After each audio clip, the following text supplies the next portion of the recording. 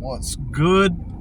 It's January and January 16th, 2026. And technically this is my fault. But this thing right here was filled up all the way to the third. Well, basically I used it yesterday, just like I used it one time yesterday. The rest of the day the truck started. So I ended up using it one time. So I thought this thing had enough charge in it. It did get down to 18 degrees last night, and I think that had a lot of effect. I was leaving to go to my customers to go do some cutting wood and stacking some more wood, and got to finish that job up that I started on a couple weeks ago. And then just before I leave, I got a text from another customer asking if I can come this afternoon. It was about 15 minutes till 9 this morning, and I'm trying to like get my truck rolling, and it just wouldn't start, and it ended up draining all the energy from this. So it took 2 hours for this to charge, and I went ahead and just charged it in full. And man, this is a cool looking vehicle. Creative. Look at that. I'm not gonna drive when the light turns green, but it's pretty neat. Whatever that's, looks like a race car. They got a number on it like a race car. Anyway, but yeah, so I put it on charge, and it took 2 hours to charge, and now it's 11:30 a.m. and I'm on my way. So that means that other customer, that was just a regular car that some quirky person fixed up. It had a spoiler on it. I mean, maybe it is a race car of some type, but it looked like a regular, like a sedan, you know. Anyways, so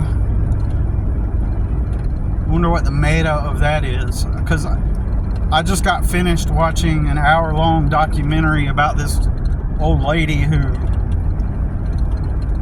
purchased what looked like a Jackson Pollock painting, and she spent like 15 years until she died, like trying to get it authenticated, but she never did, you know, and it remained in the family. And pretty interesting documentary. You should look it up. I forget the name of it. Her name is like Terry something. Anyways, I just got done watching that and having some coffee. At least, you know, on the bright side, I got to sit and have some coffee and watch a documentary. Should have done house chores, but honestly, the fact that I couldn't get to my customer at 9 a.m. this morning like I had planned, like last week, it was somebody parked right in front of me blocking me. You know, I was leaving at the right time, and just out of the entire driveway, that car decided to park right in front of my truck, where they could have just parked out of the way somewhere, but they decided to park right in front of my truck. And that made me late, and it discouraged me. It made me, and then this morning, you know, that discouraged me. You know, I'm even more late today. Now, that's partially my fault, but at the same time, I didn't think that it was so cold that even that would not jumpstart my truck this morning. You know, I didn't think that. I just figured that it was struggling a little bit, But that cost me all morning, literally. It's like going on 12, and so now I have to text the other customer and say, hey, you know, I'm not going to be able to make it today. So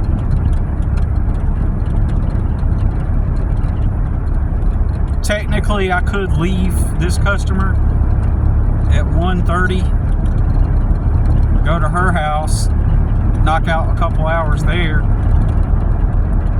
and then go back to this customer, but I'm going to assume that it's going to take all day. I'm going to assess it when I get there. I may do that, I don't know, but I got storage room building rent due, and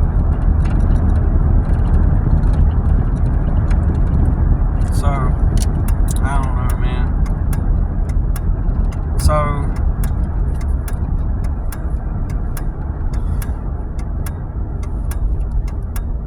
see, this is the kind of stuff that makes it appear that I'm not like it's the kind of things that make it appear. And I forgot my coffee. I forgot to bring my coffee pot.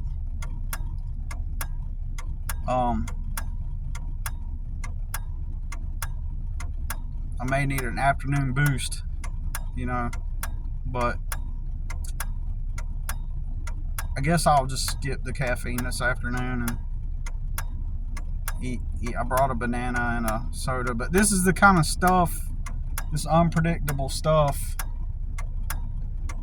that just happens all the time, you know. And as a human in this circumstance, like, mistakes happen and you're gonna overlook stuff. It's just normal to overlook stuff and all that. It's just a normal part of living like this, you know. But it's gonna cost me literally all morning, a total of 2.5 hours lost, when I could have been working and made some extra money. Perhaps I may have lost the money. Maybe the customer that wants me to come to her house will take care of whatever she needs to get done on her own, and maybe she was just looking for some help, you know. I don't know. But the good side, this is why it's good to work for yourself, because see, I have the flexibility to get delayed. So if I was back again working at the warehouse, and this happened all the time when I worked for other people, it was just tons of times where I'd have vehicle failures or something break on my vehicle.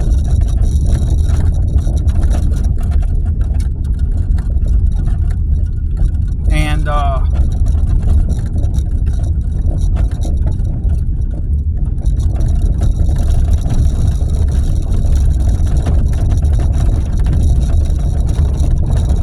tons of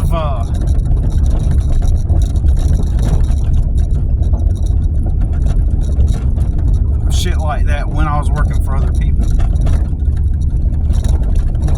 And I'd have to call in and be like, hey, you know, I'm going to be late, or I got this thing, you know, it's going to set me back a couple hours. And so all these privileged people that have been handed everything, you know,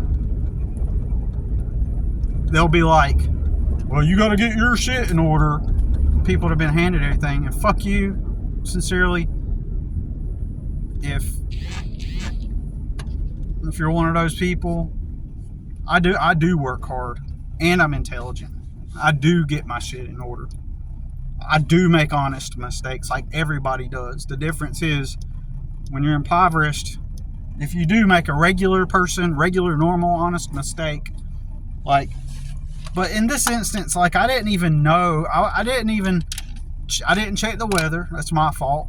But I didn't even think that this thing would, that it was so cold and the battery was so dead that it would take all the juice from this. I just figured that it was acting slow. I mean, I didn't think it really needed charged like that, since I only used it one time yesterday. Thought, oh yeah, I got enough. I'll just charge it in the morning because I know it's going to be dead. When you're at the bottom, little mistakes cost at times hundreds of dollars at a time. When you get that flat tire on your way to work and you're getting paid $10 an hour, I looked it up today. $13.96 an hour is the equivalent of $10 an hour in 2014 when I worked at the warehouse. So if you get hired on at a warehouse for $13.96 an hour, you're getting paid, actually, with inflation, you're actually getting paid what mentally we're accustomed to perceiving as $10 an hour. So I made $10 an hour when I was a janitor at this factory for 3 months back in 2019. I was making $10 an hour doing that full time. And, you know, so 14, 15, 16, 17. That's 5 years later. So in inflation terms, I was probably making what? $9 an hour? Technically, I was probably making. So if you're making 14 or 15, so 14, 15. So if you're making $15 an hour to start out, or 16, you're just making $11 or $12 an hour. And I did the math, and I was looking it up. I was like, you know, if a place started me out at $15 an hour, it's like $690 net is what I didn't do the math on that. I asked Google on that. So what would be the net pay on $15 an hour? Say like $690. You know, it's weird. All them years I made $10 an hour at warehouses and landscaping companies and construction, whatever. All those years that I made $10 an hour, all the time people would be telling me how much they get on their checks.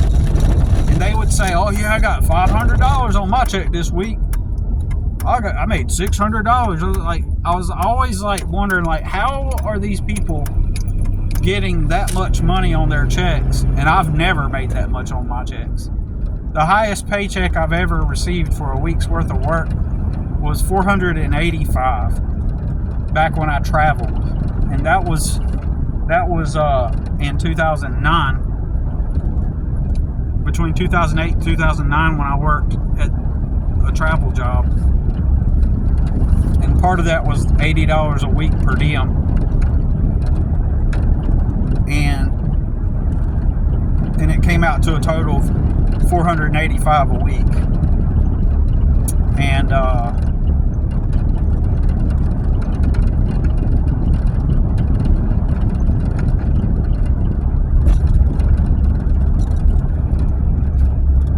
I'm talking to a guy that's 7 or 8 hours away, and he's got a few bedrooms for rent,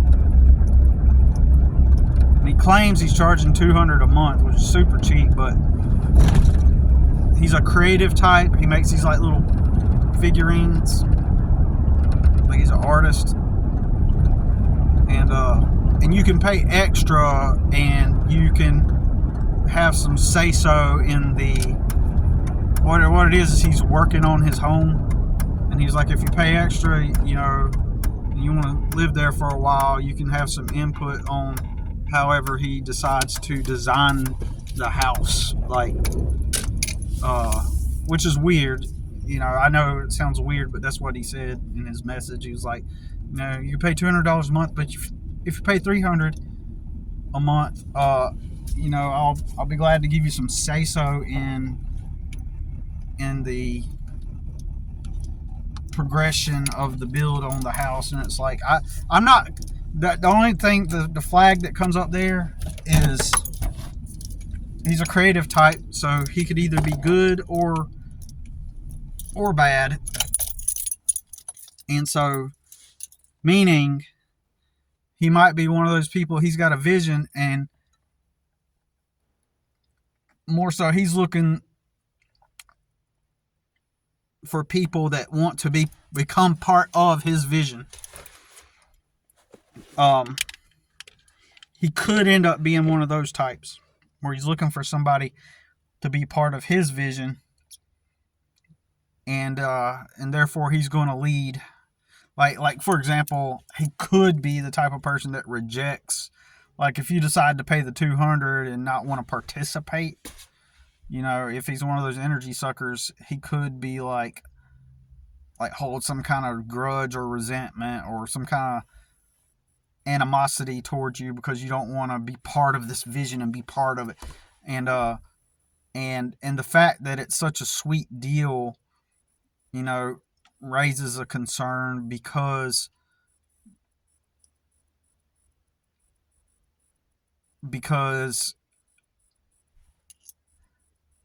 if it's such a sweet deal, that could make it to where he could say, well, look, I'm giving you such a good deal. He could hold it over you, right? He could hold that over you. And I'm the type of person that I don't like to get fucked with, right? And nobody does, right? And so I'm the type of person that will either I'll go gray rock. I'll go gray rock to protect my son pretty much, but outside of that, I'm kind of like a very if you really want to dissect my problems, it boils down to this fundamental, I exert my boundaries in a healthy way, and my environments due to the poverty are always going to be dysfunctional in nature. I don't have access to functional people with healthy ways of going about life and healthy thinking, and just general regular people that work and they're not trying to get something from you in some kind of emotional way. They're not trying to target you in some way and try to get something out of you emotionally. Or does that make sense? It's full of energy suckers and narcissists and people always trying to one up you, trying to gain some leverage, give you some wisdom, but they're about life, unsolicited, but a lot of the time it's people who it just exposes me to environments. The logical thing to do is to get away from toxic environments. However, when you're at such a low level of poverty, you are enmeshed and codependent on people financially, right? And for most of those people at the bottom of the socioeconomic scale, a lot of the people at the bottom are not only financially codependent, they're emotionally codependent. So you're going to find a lot of people that are very low level thinkers, low level and codependent. They need some kind of drama. They need to find some kind of trouble to start with you. And then one of the things that can happen, and it's happened to me, you meet someone that has a lot of money or leverage, and so they're up there on the scale. They're high up on the scale, but they're dysfunctional, or they're ugly, they're at the bottom of the scale looks wise, and so they have to compensate by being dysfunctional. This is just facts. I mean, I'm not knocking ugly people, but And I'm not saying all ugly people are like this, but you will find people that are not attractive. They've been relatively privileged and they gain some access to money and power. Now they got to compensate. They've got to navigate this world, in some way. So you're going to find dysfunctional people that do have money when you're in poverty, and you are enmeshed, and you need a place to you need access to community and resources like everybody does. um, if you're impoverished, it opens the door for those who do have money as leverage, and they can and will, and they're dysfunctional and toxic. They you're gonna become a prime victim, right? And if you are better looking or halfway decent looking, that's gonna even add more fuel to that fire, where they're gonna be like, either they low key resent you a little bit, and they like having that power over you, and that happens. The only way out, the only way forward, is to figure out some kind of way to get away from that dysfunction, but you can't just leave. You don't have access to healthy people, like I'm trying to say. You don't have access to healthy people, healthy environments. The people in the healthy environments and the healthy, relatively normal environments, they think that you're just inept, too weird, and they hate poverty, and they don't want to be associated with poverty. And they don't want to be, there's some ambiguous thing that's wrong with you that they don't want to associate with. So they might even help you at times, but they'll always keep you at a distance. And for me personally, that builds within me a sense of, and I have an inner dilemma in my mind, because I understand that that's why they do that. But at the same time, I have to live with knowing that that's what they're doing to me, and I'm not invited. I'm not embraced. I'm not in. I'm at the periphery. I'm at a distance. So you don't help me out. It feels good to kind of help me here and there with some things, but you're going to keep me at a distance because, in your head, I should be better off. I should be doing this and that. I should be like, and it's like you don't want none of that to rub off on you. And my customer just got here. I mean, I could have paused this and went inside, but he opened up the garage. So anyways, I guess this video seems more like a rant that serves no function or value but for anybody. But this time of the year is the worst, and it came early this year. The bad part of the year started in December. Nothing has improved, and if nothing has improved, then that means that it has actually technically gotten worse, because if nothing's improving, that means that the things that could be worse are getting worse. Like I'm having issues with more new issues with my truck, right? So that's money in escrow. That's I need new tires. I need my vehicle did this thing when I left out this morning just a moment ago, where it was like almost like the accelerator pedal was going down, and the transmission was trying to catch itself.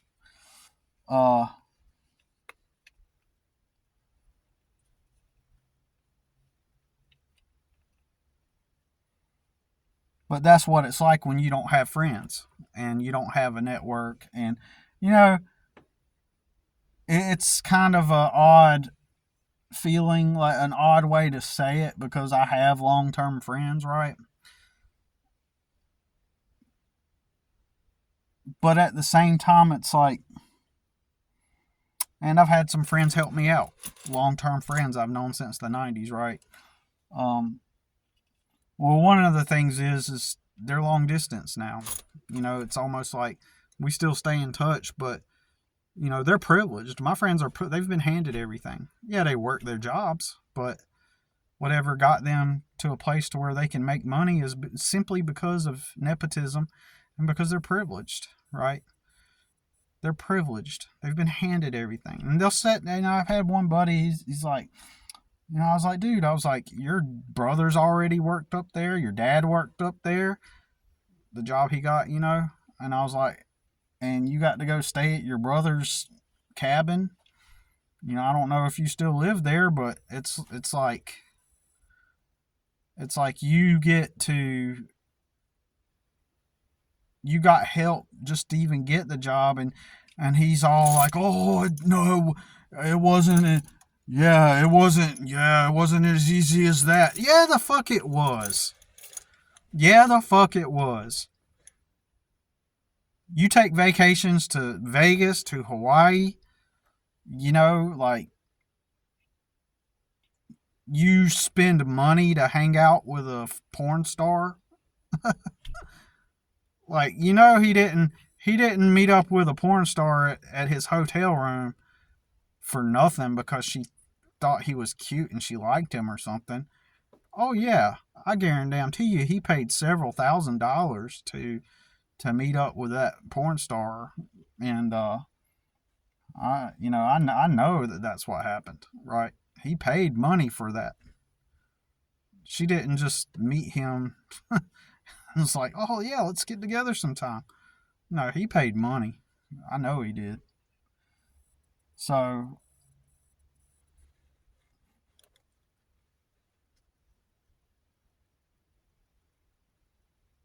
but what I was gonna say is, it's like, while I have friends, while I have friends, it's almost like I don't have friends. It's like friendship is a blurred line, right? It's like the technical definition of it is a relationship based on mutual esteems. For some reason, that stuck in my head, a relationship based on mutual esteems. But when I look it up now, it's like it's a different definition. I forgot what it is now, but I specifically remember the definition of friendship is like a relationship based on mutual esteems, and then yet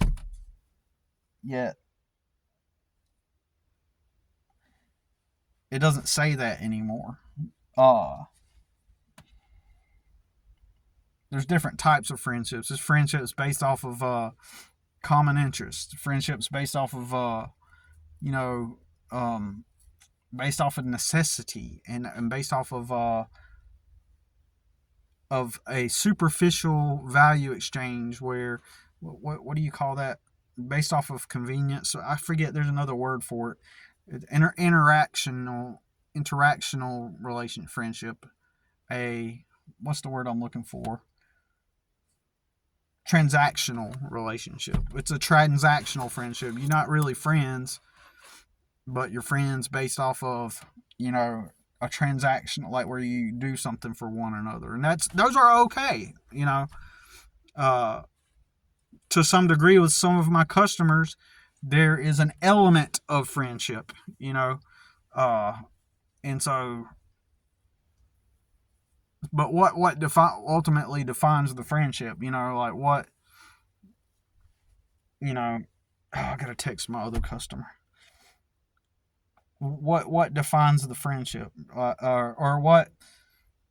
Basically, what I'm trying to say, I'm out here in this world, and what I see amongst friends and friendships is it's this thing where, if you're in trouble, you get help from a friend. I value that, I guess. And when I've seen and watched myself suffer all these years, people clearly seeing me in a major struggle, like I've never been offered substantial help. Anytime I've gotten help, I've had to like hit somebody up and be like, can you help me out with this? Most of the time it's a no, but the times I have been helped, it's like most of the time it's money, and then I have to pay the money back. And And most of those times it's from people that aren't even close to, right? We don't like get together. We don't talk like we're friends like that. They're just kind of loose acquaintances. And so I see, all these people with these friendships and stuff, and it's like the fact that I am where I'm at now, that I don't belong to any community, and they say, oh, you got to do it on your own, and you don't depend on others, blah blah blah. Everybody depends on each other. Fuck you. That's the way it works. God damn it. It just tells me where, basically what I'm saying, I don't have friends, right? Like, because if I had friends in a network, then I would not have ended up where I'm at. You know, I watched a guy like the day after my court hearing when I lost custody of my son. I was back in the same courtroom the next day for this other guy that I knew who was trying to get custody of this kid. And he showed up, and the courtroom was overflowing, and they had to block people from coming in. That's how much their network was expanded. That's how expansive his network was. Did he do anything to get there? Not really. He just had parents that fit the profile of normal Southerners. They both parents smoked cigarettes and worked at regular jobs. The dad was like a mechanic, but they knew a lot of people, and they wore the Clemson, colors. They fit the profile of a normal Southern person that did the normal Southern things. And so when their son wanted to get custody of that kid, they had this expansive network because they did everything according to culture. They had to not let some people into the courtroom. I had one girl come to me that day in court. This was a girl I knew. She came to me with me that day. And then the next day, his courtroom is overflowing, right? And if I had friends, it would be like that. I would have never went through homelessness. And ultimately, people don't work to get to where they're at. They get there because of nepotism and having these, relationships and stuff with people and stuff. Even if they didn't work or work hard. And speaking of work, I have to get to work because I have to actually do it all on my own.